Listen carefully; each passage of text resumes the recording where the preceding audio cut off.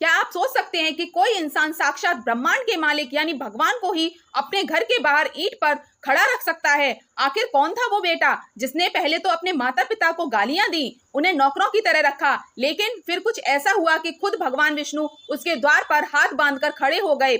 आज की ये कहानी आपके रोंगटे खड़े कर देगी, इसीलिए इसे अंत तक जरूर देखना। यह हैरान कर देने वाली गाथा है महाराष्ट्र के रहने वाले पुंडलिक की। पुंडलिक अपने माता पिता का इकलौता और बेहद लाडला बेटा था, लेकिन जैसे ही उसकी शादी हुई उसकी बुद्धि भ्रष्ट हो गई। अपनी पत्नी के बहकावे में आकर उसने उन बूढ़े माता पिता को अपने ही घर में गुलाम बना लिया जिन्होंने उसे पाल पोस कर बड़ा किया था। जुल्म की हद तो तब हो गई जब एक दिन पुंडलिक अपनी पत्नी की जिद पर काशी यात्रा के लिए निकला। पुंडलिक और उसकी पत्नी आराम से बैलगाड़ी में बैठे थे, जबकि उसके बूढ़े और कमजोर माता पिता तपती धूप में नंगे पैर उस बैलगाड़ी के पीछे पीछे चल रहे थे। पुंडलिक का दिल पत्थर बन चुका था, लेकिन कुदरत को कुछ और ही मंजूर था।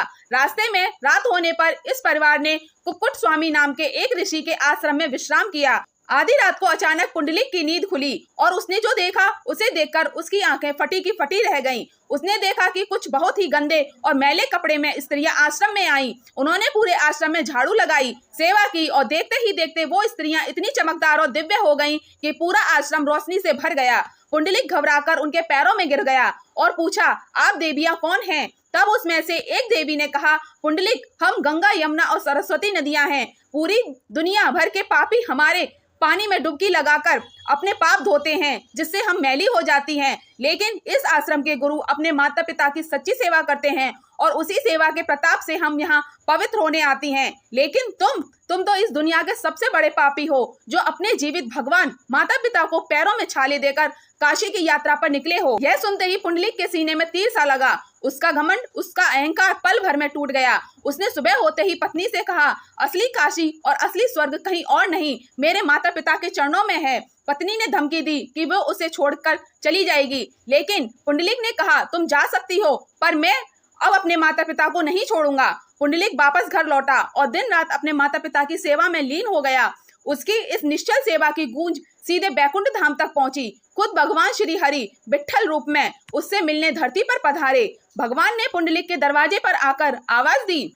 उस समय पुंडलिक अपने थके हुए माता पिता के पैर दबा रहा था। उसने मुड़कर देखा कि साक्षात ईश्वर खड़े हैं, लेकिन उसने माता पिता की सेवा बीच में नहीं छोड़ी। बाहर तेज बारिश हो रही थी और कीचड़ था, इसीलिए पुंडलिक ने अंदर से ही एक ईंट पत्थर भगवान की तरफ खिसका दी और कहा, हे प्रभु, अभी मेरे माता पिता सो रहे हैं, कृपया उनके जागने तक आप इस ईंट पर खड़े होकर प्रतीक्षा करें।